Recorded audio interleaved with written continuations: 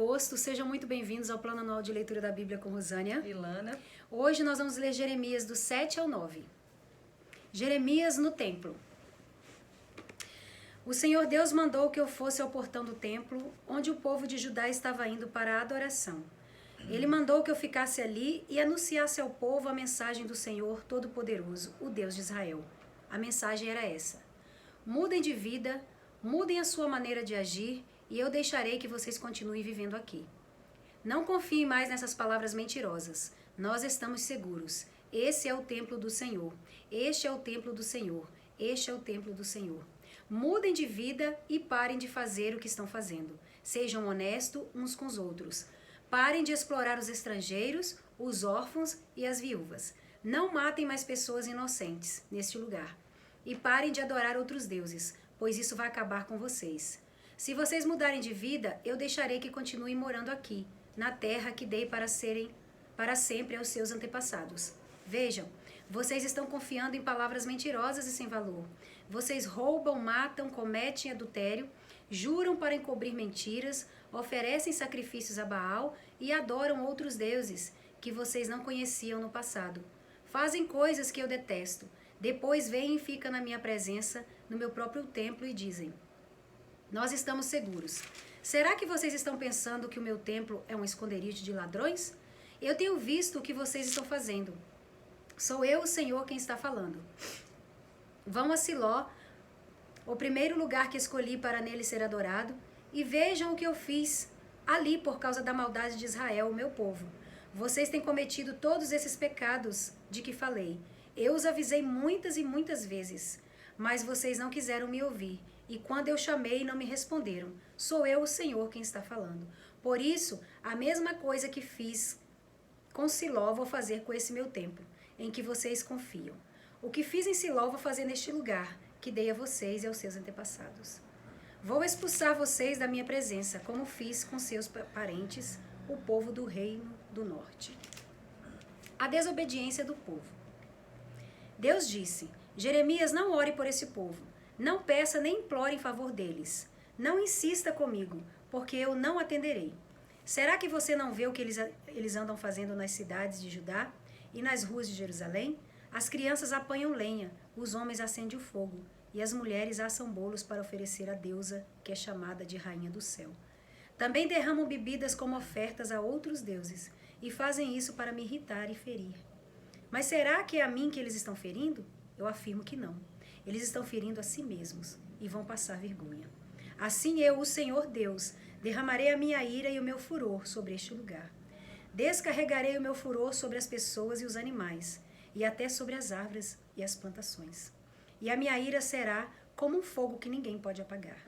Alguns sacrifícios são completamente queimados sobre o altar, mas a carne de outros sacrifícios vocês têm o direito de comer. Porém, eu, o Senhor Todo-Poderoso, Deus de Israel, digo que não me importo que vocês comam a carne toda.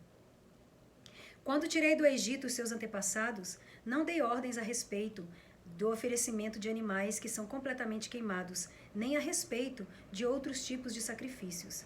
Mas o que ordenei foi que me obedecessem, de modo que eu seria o Deus deles, e eles seriam o meu povo. Disse que vivessem sempre como eu tinha mandado, para que tudo corresse bem para eles. Mas eles não me deram atenção, nem obedeceram. Pelo contrário, fizeram tudo o que o seu coração teimoso e mau queria. Assim, em vez de melhorarem, eles pioraram. Desde o dia em que os seus antepassados saíram do Egito até hoje, tenho sempre mandado todos os meus servos, os profetas, a vocês.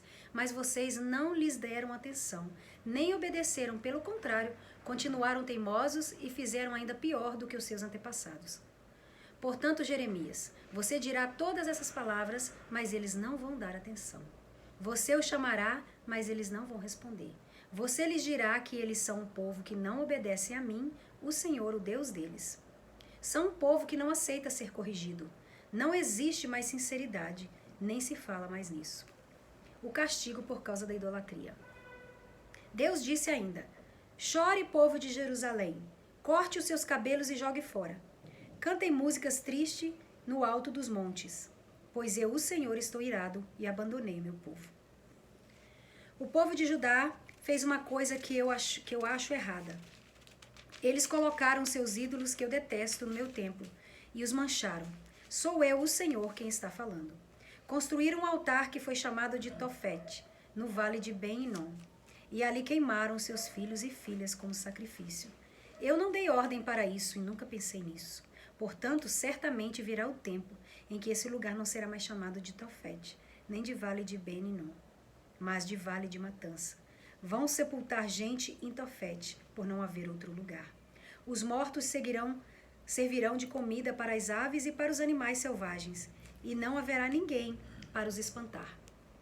A terra ficará deserta, e eu acabarei com os gritos de alegria e de felicidade, e com o barulho alegre das festas de casamento, tanto nas cidades de Judá como nas ruas de Jerusalém. Capítulo 8. Naquele tempo serão tirados das sepulturas os ossos dos reis e das autoridades de Judá, e também os ossos dos sacerdotes, dos profetas e dos moradores de Jerusalém. Sou eu, o Senhor, quem está falando. Os ossos serão espalhados debaixo da luz do sol, da lua e das estrelas, os quais aquelas pessoas amaram e serviram, os quais consultaram e adoraram. Não serão recolhidos nem sepultados, mas ficarão na terra como esterco. E todos os que sobrarem dessa raça de gente ruim e que estiverem morando nos lugares por onde eu espalhar, vão querer morrer em vez de continuar vivendo. Eu, o Senhor Todo-Poderoso, estou falando. Pecado e castigo. O Senhor Deus me mandou dizer ao seu povo: quando alguém cai, será que não se levanta? Quando alguém erra o caminho, não torna a voltar? Meu povo, por que é que vocês viram as costas para mim? Por que estão sempre se afastando de mim? Vocês se agarram aos seus erros e não querem voltar para mim.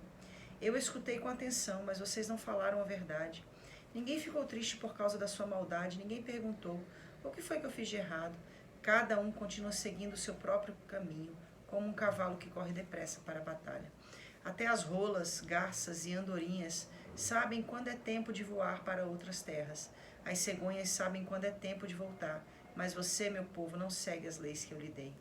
Como é que vocês têm a coragem de dizer: nós somos sábios, nós temos a lei do Senhor? Mas vejam, os mestres da lei desonestos têm falsificado a lei quando a copiam. Os sábios serão envergonhados, ficarão confusos e atrapalhados.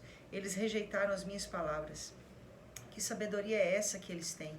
Por isso, darei as mulheres deles para outros homens e as suas terras para novos donos. Porque todos os importantes ou humildes procuram ganhar dinheiro desonestamente. Até os profetas e os sacerdotes, todos são desonestos. Eles tratam dos ferimentos do meu povo como se fosse coisa sem importância.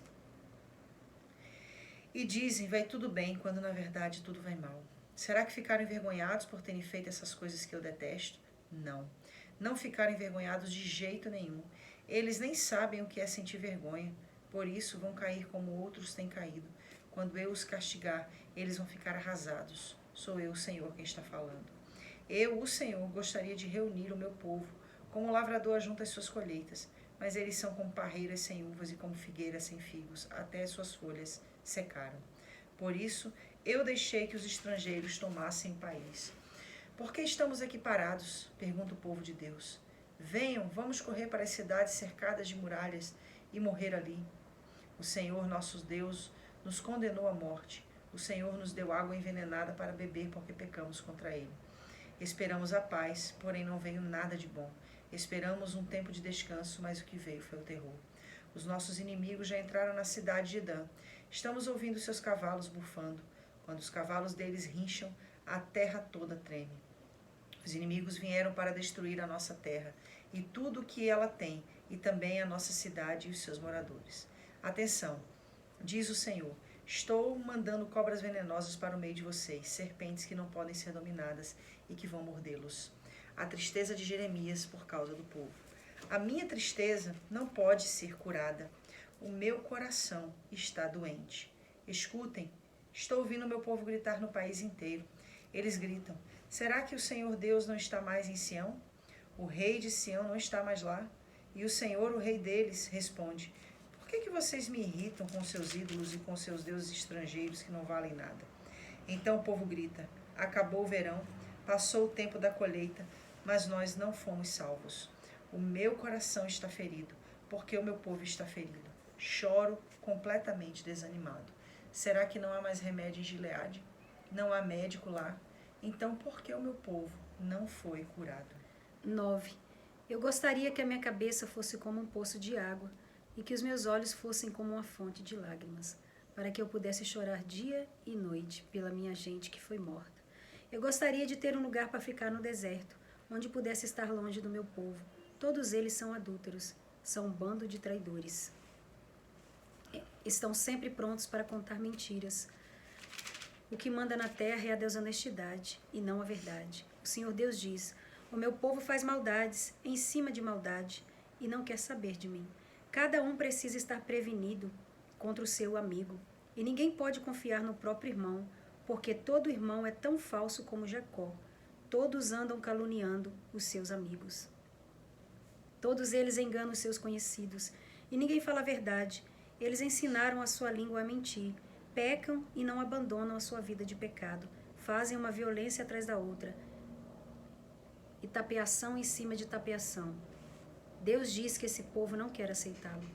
Por causa disso, o Senhor Deus Todo-Poderoso diz: vou purificar o meu povo, como se faz com o metal. Eu o farei passar por uma prova, o meu povo faz o mal. O que é que eu posso fazer com eles? A sua língua é como uma flecha envenenada, e a sua boca fala mentiras. Cada um diz palavras amáveis ao seu vizinho, mas, na verdade, está preparando uma armadilha para ele. Será que eu não devo castigá-los por causa dessas coisas? Não devo me vingar de uma nação como esta? Eu, o Senhor, estou falando. Eu, Jeremias, disse: vou chorar por causa das montanhas. Vou lamentar porque as pastagens estão secas, e ninguém passa por elas. Não se ouve mais o mugido dos gados. As aves e os animais selvagens fugiram e foram embora. Deus disse: vou fazer Jerusalém virar um montão de pedras, um lugar onde moram lobos, e as cidades de Judá se transformarão no deserto, onde ninguém mora. Eu perguntei: ó Senhor Deus, por que a nossa terra está em ruínas? Por que está seca como um deserto, tão seca que ninguém passa por elas?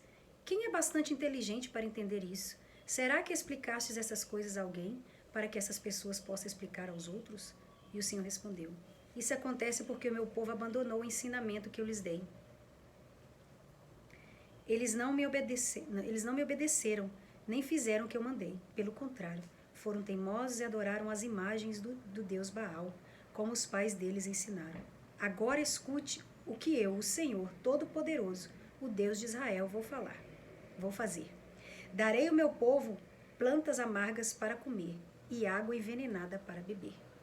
Espalharei o meu povo pelo meio das nações, que nem eles, nem os seus antepassados sabiam que existiam. Mandarei exércitos contra o meu povo, até que seja completamente destruído. O povo de Jerusalém pede socorro.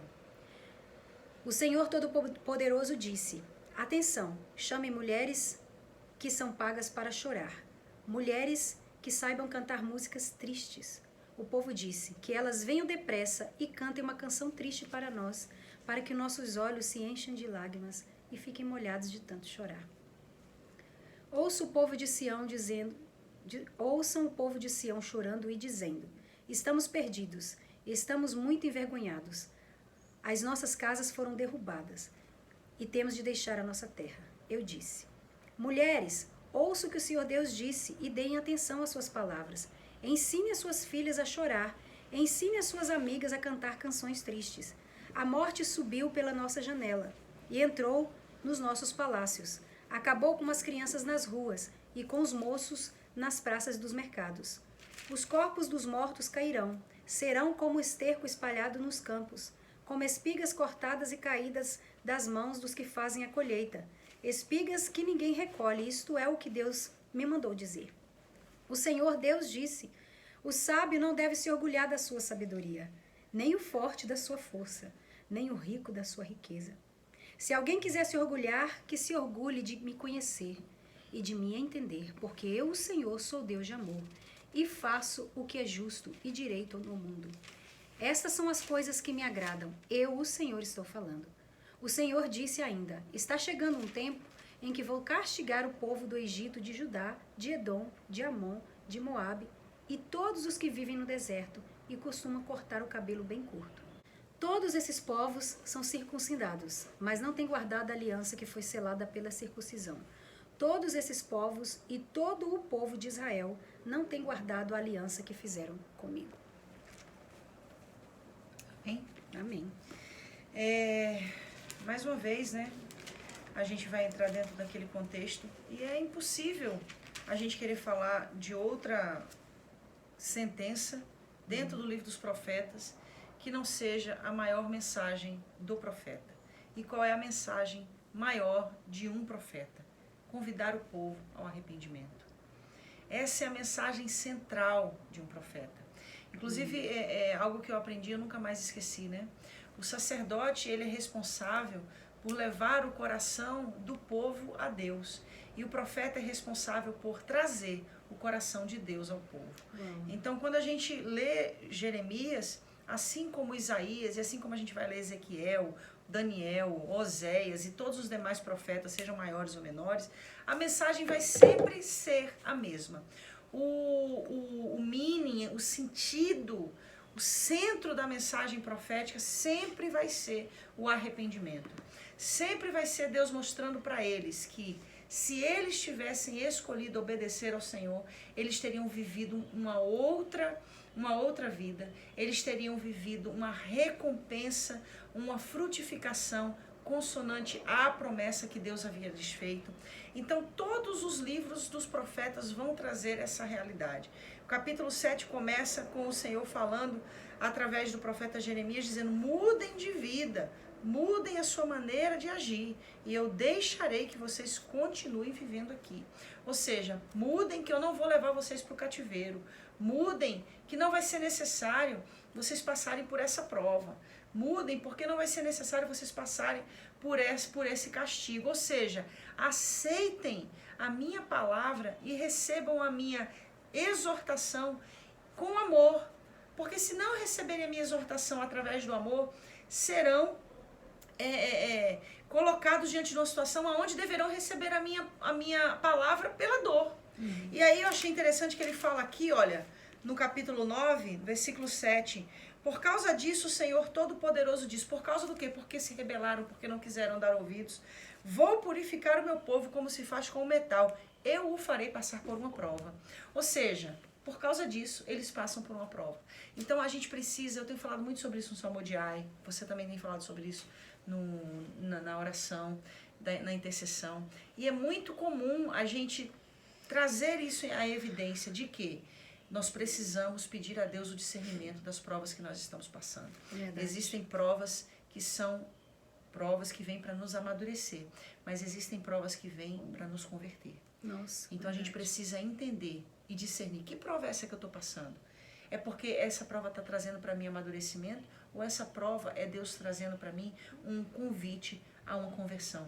O que eu preciso converter na minha vida? Qual é a mentalidade que eu preciso mudar acerca de algo para que eu possa sair dessa prova maduro e convertido? Ou seja, provas fazem parte da vida, do processo do homem, da pessoa que se coloca na presença de Deus, né? E na maioria das vezes a gente pode dizer, trazendo para os nossos dias, aplicativamente, que a gente está sempre querendo, chega de prova, não quero prova, né? Mas as provas, elas sempre têm um endereço, elas sempre têm uma finalidade, né? E isso que você está falando aí, é muito bom a gente avaliar isso, né? Por que a gente está vivendo essa prova? Por que a gente está passando determinadas provas?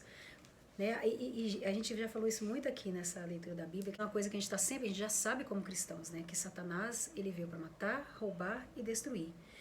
E quando a gente dá muito poder a ele, é quando a gente diz, culpa ele das coisas que às vezes a gente está passando, é dar muito poder a ele.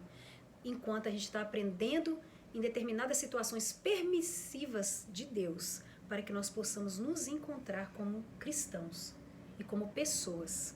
Né? Que na verdade a Bíblia também diz que os anjos do Senhor acampam ao redor daqueles que o temem e os livram. Então Deus tem o poder, Deus detém o poder. Então a gente precisa trazer para nós a responsabilidade para vencer nas regiões espirituais, né? E também trazer para a nossa vida resultados, né? Resultados latentes nas nossas convivências e nas provas que nós passamos a outras pessoas, ao reino de Deus. Por que vivemos? Por que estamos aqui? Por que Jeremias estava lá? Por que Isaías? Por quê? Porque o reino de Deus precisa ser glorificado, porque o nome de Deus precisa ser glorificado. ser glorificado. Ele só será glorificado se a gente tiver essa sabedoria vindo do céu. E interessante que eu li aqui, ó, no 9, no 23 e no 24, e alguma coisa que a gente estava falando ali. Eu não sei se você lembrou disso. Lembrei na hora. Né? O Senhor diz, o sábio não deve se orgulhar da sua sabedoria, nem o forte da sua força, nem o rico da sua riqueza. Se alguém quiser se orgulhar, aí vem para o que eu estou falando para vocês. É tudo sobre Jesus, é tudo sobre o reino de Deus, é tudo sobre o grande Deus, sobre o Deus de Israel, nosso Deus, né? Orgulhe-se de me conhecer, de me entender, porque eu, Senhor, sou Deus de amor e faço o que é justo e direito no mundo. Estas são as coisas que me agradam. Eu, o Senhor, estou falando. Então, o que agrada a Deus? O que agradaria mais a Deus do que nós sermos pessoas que clamam por sabedoria, mas que coloca Deus no lugar que ele tem que ficar para que ele seja agradado? Aí nós voltamos ao fator de Jeremias, né? Querendo agradar a Deus. Sim. Meio que um profeta sozinho ali, né? Jeremias. Meio que uma pessoa sozinha lutando, né? E é muito interessante porque ele fala, né? Não só a sabedoria, mas a força, a riqueza. Yes. Ou seja, aquele que se gloriar, glorie-se nisso, em me conhecer. Porque é ele que dá sabedoria, é ele que dá força, é ele que dá riqueza. Tudo é dele. Ou seja, tudo é dele, inclusive as decisões que toma a respeito da nossa vida, mediante aos resultados que nós damos em relação a ele ser o nosso Deus. Você entendeu mais ou menos o que eu disse? Porque assim, até uma coisa que você também usa muito nas suas pregações, que é algo que eu tenho assim, uma convicção imensa no meu coração, que é até o nosso inimigo, para fazer algo, né, ele tem que ter a permissão de Deus. E, né, até ele, para poder fazer qualquer coisa em relação à terra, a mim, a você, a uma situação, numa geração, numa situação, existe a permissão de Deus. E a minha teologia, né, a maneira como eu enxergo Deus, esse é dessa maneira. poderio, né, de sobretudo. Essa questão de que nada do que me sobrevém é porque o inimigo fez, não, é porque se fez, Deus permitiu. Que ele é se grande, permitiu, ele é porque também houve a questão da legalidade. Tudo exatamente. Isso, né? Vindo exatamente Sim. de um processo onde Deus, né, tá ali igual com o povo de Israel, né? Exatamente, O tempo todo, igual aqui. exatamente. Ele diz, o Senhor disse, eu, o Senhor disse. Ele fala o tempo todo, eu, o Senhor disse. Ele é Senhor. Jeremias não fala em nenhum momento, e o diabo vai fazer isso com vocês, e o diabo vai fazer, não. E o Senhor vai fazer O isso. Senhor, O né? Senhor. E eu acho que está precisando muito da gente Trazer isso. Eu acho muito importante quando a gente fala precisam sobre realmente isso. dessa mentalidade. É, Porque dele, E por ele. e para ele. são todas as coisas. Deus é poderoso, Ele está acima de todas as coisas. Fico com essa palavra, coloque ele acima de tudo e não se esqueça. É melhor a gente aprender a discernir as provas para que a gente não precise passar por elas novamente. No caso dessas provações estarem evidenciando que a gente está negando ouvir a voz do Senhor e o trabalhar dele através do amor. Porque se não ouvirmos através do amor, através da provação, ele trará purificação. Que Deus abençoe você e sua casa. Até amanhã.